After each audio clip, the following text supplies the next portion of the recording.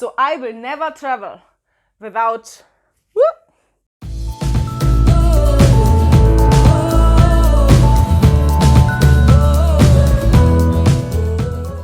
Welcome back. So my name is Sinja and today I'm here and I'm sharing with you 10 things I would never ever travel without in Kenya.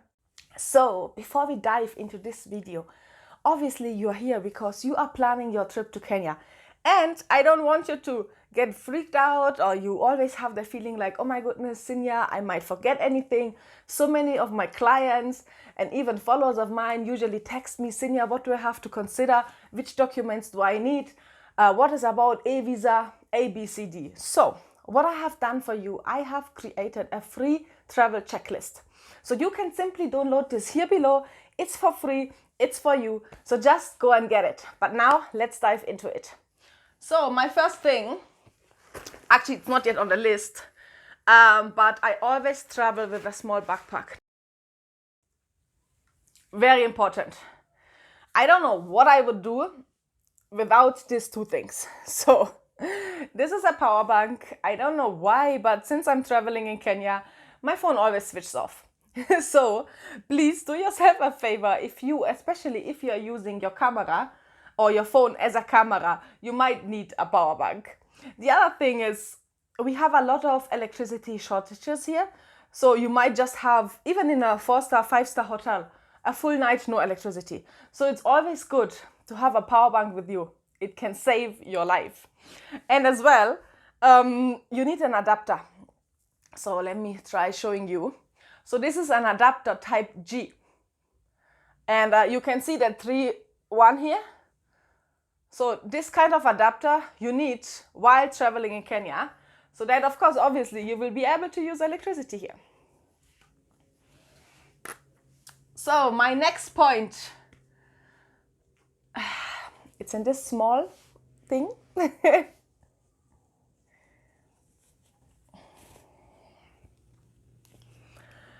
So this is locally made, but of course you can just come with anything like a lip balsam, something for your lips, something for your skin. Because you might find that, especially here while traveling in Africa and in not only Kenya, your skin can become very, very dry, or even something for your hair. So I always carry something small with me, which I can just put simply on my lips or sometimes on your hands while traveling.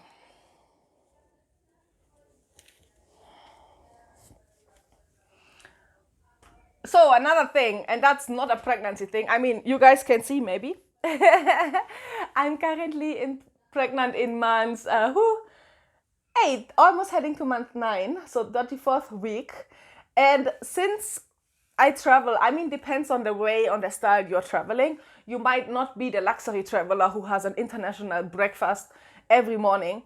But if you also travel more local or even medium budget, if there's anything you need for breakfast, carry it. Like in my case, for myself personally, actually, it changes. So what I usually do, let me see if I find it. Here. I mean, it might not be the best right now, and I'm not going to promote Nescafe or anything. It's just that was the only one I found in my house. But I usually carry some instant coffee with myself. Because if you're a coffee addict, you need your coffee in the morning. And sometimes the one the lodges have or the camps, it might not be your taste. So it's advisable, if you're really a coffee lover, bring your own coffee. So the only thing you need is water in the morning, and everyone can provide that, hot water. Since I'm pregnant, or also sometimes when I travel for longer, I usually carry some tea bags with me. It's not that I'm really a fan of tea, to be honest, but sometimes when I feel like I'm getting sick or something is happening, tea really helps me. So I usually carry both coffee and tea.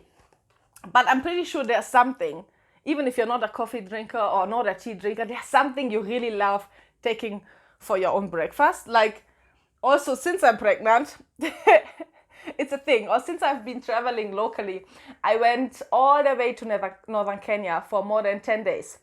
And in northern Kenya, you see, it's a very rural way of traveling. So do not expect when you have a low budget tour that you will get peanut butter or Nutella or something like that for breakfast.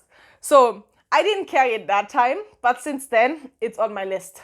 I would carry it. Just a small package like this, peanut butter, something you really need for your own breakfast, believe me.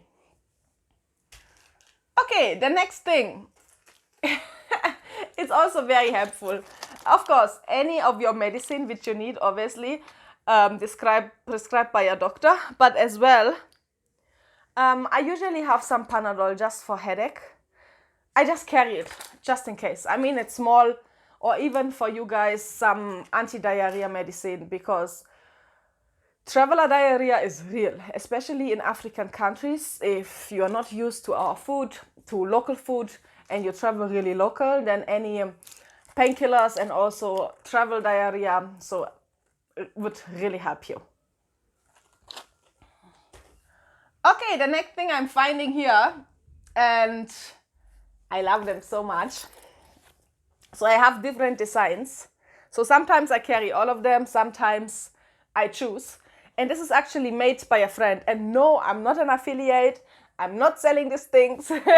But if you're interested, I can, of course, give you the connections, because I do like supporting local shops, especially if they're run by women. So I think small bags like this are simply, very easy for me to carry all my, like what I do is I usually take one for all my electronic things.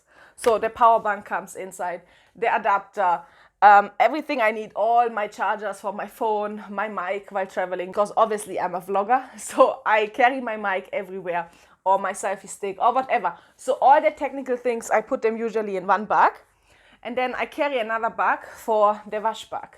So all my hygienical articles, like my toothbrush, my creams, my lotions, everything like this, I would put into here, so that I also know it's separated and I know where everything is, so I can easily find it.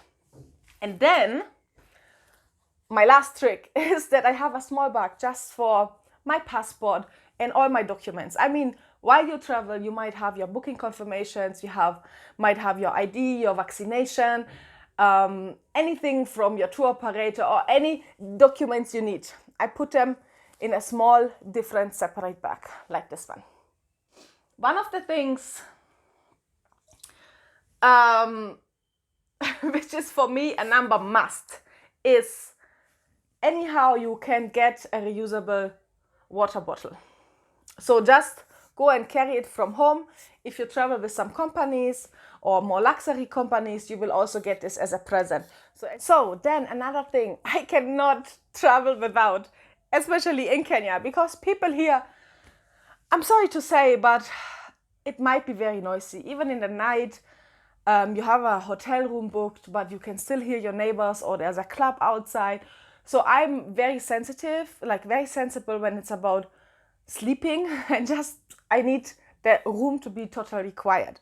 So I will never travel without my earplugs. Never, ever. And also, you might think, I can sleep easily, Sinja, I don't need that. Watch out.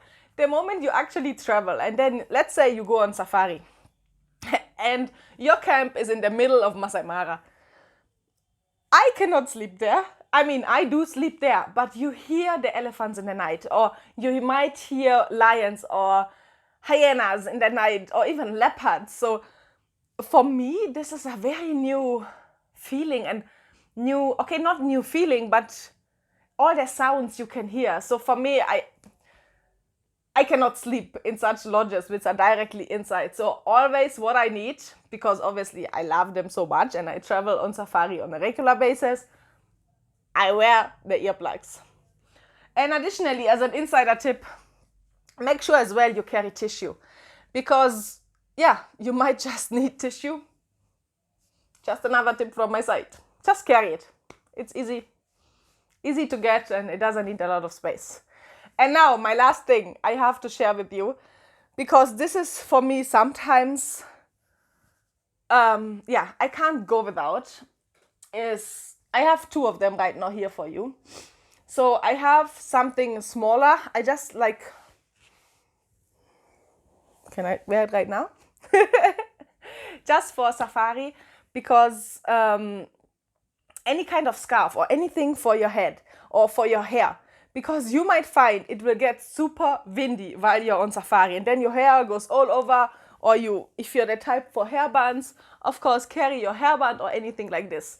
Then additionally, I love my Masai shuka.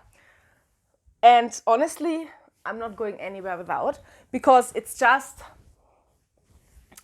super. It has many purposes. Like sometimes when I'm cold, I just cover myself like this now. It's more like the Masai way. Or even sometimes I sleep with it.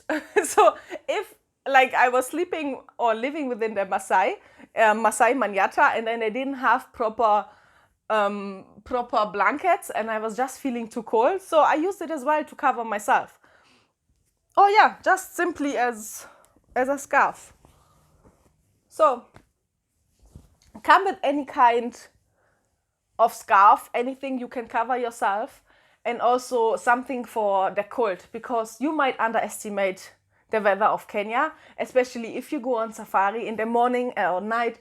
It can get really cold, so just get something where you feel cozy with, and something which protects you from the wind and dust. So that was it already from today. I hope you liked it, and I hope you learned 1-2 new things, and they are already in your packing list in your bag. If you have any more questions, feel free to reach out to me. You find me on my social media at Travel with Sinja, or you can simply write me an email, travelwithsinja@gmail.com. Or of course, just comment here below, and yeah, let me know what is your number 1 thing you cannot travel without. Okay guys, I see you for the next video.